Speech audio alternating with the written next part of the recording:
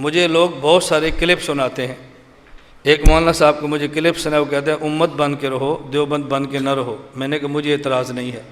انہیں کو اپنی مسجد کا نام مدرسۃ الامت رکھیں، مدرسے کا نام مدرسۃ الامت رکھیں. بھئی یہ امت کا مدرسہ ہے. مدرسے کا نام آپ نے رکھ لیا، یہ کیوں آپ نے تشخص قائم کیا؟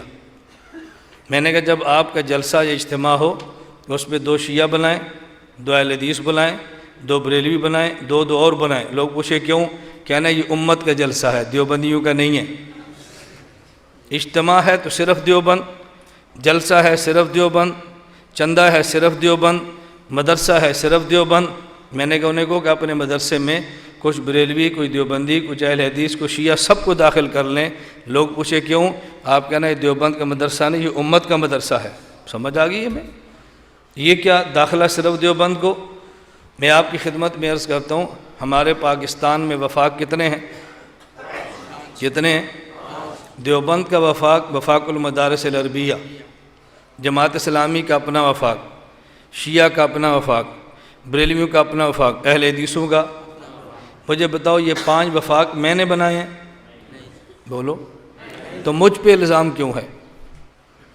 جب یہ الگ شناخت جرم ہے تو آپ 5 وفاق ختم کر دو اور ایک نام دے دو وفاق المسلمین، وفاق الامت. میں سمجھوں بھی امت کی بات ہو رہی ہے.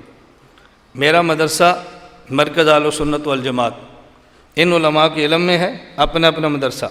میں اپنے مدرسے کی بات کرتا ہوں. میرے مدرسے میں فارم آیا، یہ فارم ہم نے پر کیا چونکہ میں وفاق المدارس کے ساتھ ہوں، اور اس میں لکھا ہے الحاق. اگر آپ وفاق المدارس سے چاہتے ہیں تو پہلی شرط یہ ہے کہ آپ کے مدرسے کا دیوبندی ہونا شرط ہے.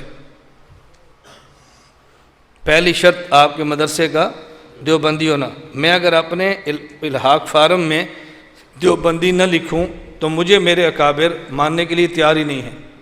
میرا مدرسے کا الحاق ہی نہیں ہوتا.